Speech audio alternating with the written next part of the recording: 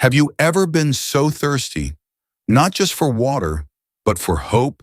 Have you ever prayed for something so small, yet it felt so impossible? Tonight's story is about a simple clay pitcher and the miracle that changed a whole village. Before we dive in, tell me, what time is it where you are, and where are you watching from? Drop it in the comments, and please don't forget to like and subscribe for more videos like this. In a small, dry village called Brightwell, there lived a young woman named Mira. Brightwell had not seen rain in almost 8 months. The river had turned into cracked earth. The wells were empty. The farms were dying. Even the animals were weak. Every morning, Mira walked nearly 3 miles to a distant spring to fetch water. She carried one old clay pitcher. It had belonged to her late mother. The pitcher was nothing special. It was rough, slightly chipped at the top, and faded from years of use. But it was all she had. Mira lived with her younger brother Jonah, who was only 9 years old. He was often sick because there wasn't enough clean water. One hot afternoon, after waiting for hours at the spring, Mira finally filled her pitcher. But as she lifted it, she noticed something terrible. A thin crack had formed along its side. She froze. If the crack grew larger, the water would leak out before she reached home. She had no money to buy another pitcher. Slowly, carefully, she began the long walk back home. With every step, she expected to feel water dripping onto her legs. But strangely, she didn't. When she reached home, she gently placed the pitcher down and checked it. It was still full. She frowned. Maybe she imagined the crack. The next day, she went again, filled the pitcher, saw the crack clearly this time. It was real. Again, she walked home carefully. Again, the pitcher arrived full. Now she was confused. That evening, Jonah whispered, "Mira, do you think Mama's pitcher is protecting us?" Mira smiled softly. "It's just clay, Jonah." But deep inside, she wasn't so sure. Days passed. The drought became worse.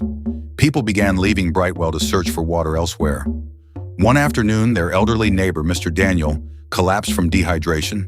There was no water left in his house. Mira didn't think twice. She grabbed her pitcher and ran to the spring. When she returned, she poured water into a cup for Mr. Daniel. He drank slowly. Then she poured another cup, and another, and another. Jonah stared at the pitcher. "Mira, how is there still water inside?" She looked down. It was impossible. She had already poured out more water than the pitcher could hold.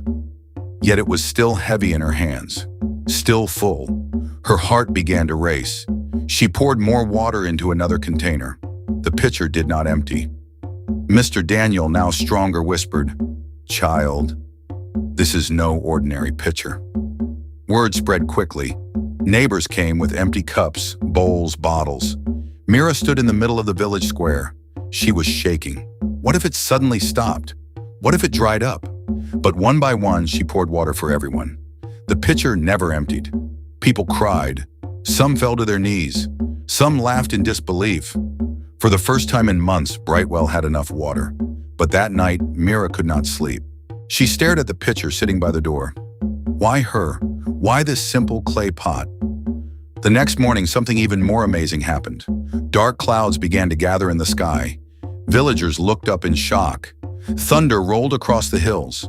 And then, rain.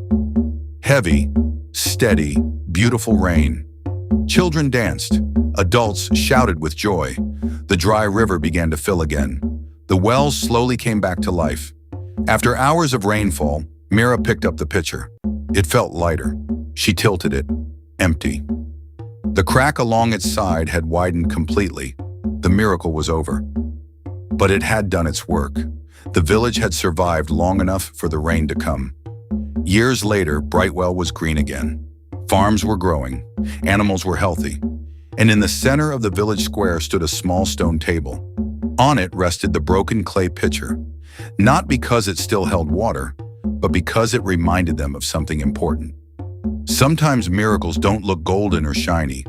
Sometimes they look cracked, ordinary, almost broken, just like Mira's pitcher. And sometimes, you are the miracle someone else is praying for. If this story touched your heart, don't scroll away. Like this video.